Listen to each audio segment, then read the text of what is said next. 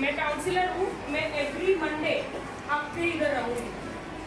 आपको कभी भी लगता है ना कि आज मुझे मज़ा नहीं आ रहा है, आज बहुत सारे विचार घूम रहे हैं मेरे बॉडी में, मेरे दिमाग में, या फिर दोस्तों से लड़ाई हो गई, तो आप मेरे पास आ सकते हैं बात करने। अच्छा बताइए कि मैं और आप जो बात करेंगे हम सबको बता सकते हैं? क्यों? क्योंकि वो कुछ बातें ना पर्सनल होती है। बात करते करते आपने कुछ पर्सनल बात शेयर कर दी तो आपको नहीं चाहिए दूसरों को पता चले वो मेरी की चीज़ है वो। और अगर आप मेरे पास आए तो क्या आप दूसरे लोग हंसेंगे या ये तो पागल ले जा रहे हैं?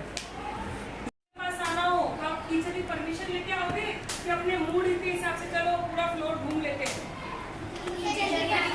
हाँ, हमेशा टीचर की परमिशन लेके ही आना है। उनको पता है मैं किधर हूँ, क्या करना, और टीचर भी आपको मना नहीं करेंगे। अगर वो कुछ इम्पोर्टेंट पढ़ा है तो बोलेंगे थोड़ा टाइम बाद जाओ, बट टीचर की परमिशन लेके ही आना है।